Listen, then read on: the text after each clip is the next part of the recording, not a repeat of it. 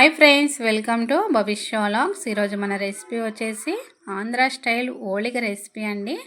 మా ఆంధ్ర సైడ్ అయితే ఇక న్యూ ఇయర్కి, సంక్రాంతికి, అలాగే ఎలాంటి ఫంక్షన్స్కైనా సరే చాలామంది ఎక్కువగా స్వీట్ అంటేనే ముందుగా చేసేది ఈ ఓలిగలండి. చాలా స్పెషల్ అని చెప్పుకోవచ్చు ఫ్రెండ్స్. ఇక న్యూ ఇయర్, సంక్రాంతి వచ్చేస్తుంది కదా, ఎలా చేసుకోవాలో చూసేద్దాం ఫ్రెండ్స్. నా ఓలిగలకైతే చాలామంది ఫ్యాన్స్ అయితే ఉన్నారండి, ఎక్కువ మంది ఇష్టపడతారు. ఇక్కడ ముందుగా కందిపప్పుని ఉడికించుకోవాలి. ఇక్కడ 1/2 kg కందిపప్పునైతే ఉడికించుకుంటున్నాను. అలాగే ఒక 5-6 గంటల ముందే మనము ఓలిగ రవ్వలో చిటికెడు పసుపు వేసుకొని, ఇక్కడ రవ్వ కలిపే వీడియో అయితే మిస్ అయిపోయిందండి. ఒక చిటికెడు పసుపు వేసుకొని ఇలా చపాతీ కంటే కొంచెం మెత్తగా ఉండేలా పిండిని అయితే కలుపుకోవాలండి. రవ్వ మనకి ఎంత బాగా నానితే అంత బాగా వస్తాయి. నేనైతే ఇక్కడ మైదా ఏమీ వేయట్లేదండి, ఓన్లీ చిరోటి రవ్వ అంటాం కదా, అదే ఓలిగ రవ్వ అని కూడా పిలుస్తారు కదా, ఆ ఓలిగ రవ్వనే నేనైతే ఇక్కడ 5-6 గంటల ముందే నానబెట్టుకున్నాను.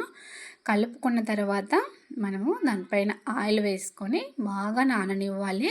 ఇక్కడ మనకి కందిపప్పు మెత్తగా ఉడికిపోయింది కదా ఫ్రెండ్స్. ఇప్పుడు ఇందులోనే నేనైతే ఇక్కడ 1/2 kg అండి, గ్లాస్ కొలతతో తీసుకుంటే 1 గ్లాసు కందిపప్పుకి 1 గ్లాసు బెల్లాన్ని ఇలా మెత్తగా దంచుకొని వేసుకోవాలి. దీన్ని మనము మిక్సీలో గ్రైండ్ చేసుకుంటాం కాబట్టి ఇలా మెత్తగా దంచుకొని బెల్లాన్ని వేసుకోవాలి. ఇప్పుడు 1-2 నిమిషాలు మళ్ళీ స్టవ్ పైన పెట్టి బెల్లం కరిగేంత వరకు ఇలా కొద్దిసేపు వేడి చేసుకోవాలి. ఇందులోనే ఒక 2-3 ఇలాచీని కూడా వేసుకోవాలి. ఇలా బెల్లం బాగా కరిగిన తర్వాత దీన్ని ఒక 5 నిమిషాలు చల్లారిన తర్వాత మిక్సీలో ఇలా గ్రైండ్ చేసుకోవాలి. మనకి గ్రైండర్ ఉంటే గ్రైండర్లో అయినా వేసుకోవచ్చు ఫ్రెండ్స్. ఇక్కడ చూసారా, ఇలా మెత్తగా మనము గ్రైండ్ చేసుకోవాలి. ఇప్పుడు ఇదంతా కూడా ఒక బౌల్లో తీసేసుకుందాము. మనం ముందుగా నానబెట్టుకున్న రవ్వనైతే బాగా ప్రెస్ చేసుకుంటూ బాగా కలుపుకోవాలండి. మనకి రవ్వ అనేది ఎంత బాగా నానితే అంత బాగా ఓలిగలు అయితే మెత్తగా వస్తాయి.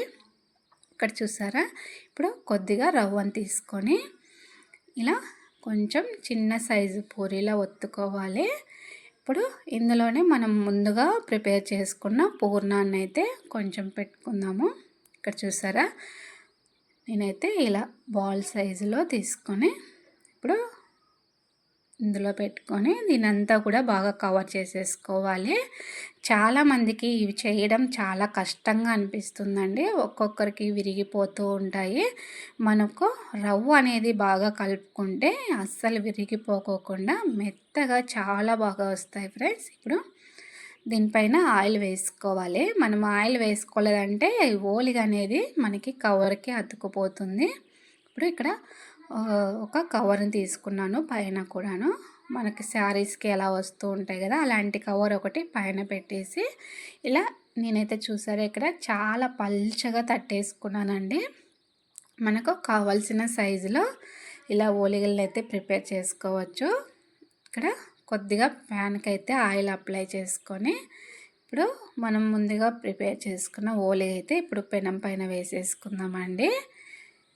చూసారా, ఇక్కడ ఎక్కడ కూడా విరిగిపోకుండా బాగా నీట్గా వస్తుందండి. మనకు కవర్ కూడా మంచి కవర్ తీసుకోవాలి, ఓలిగ కవర్.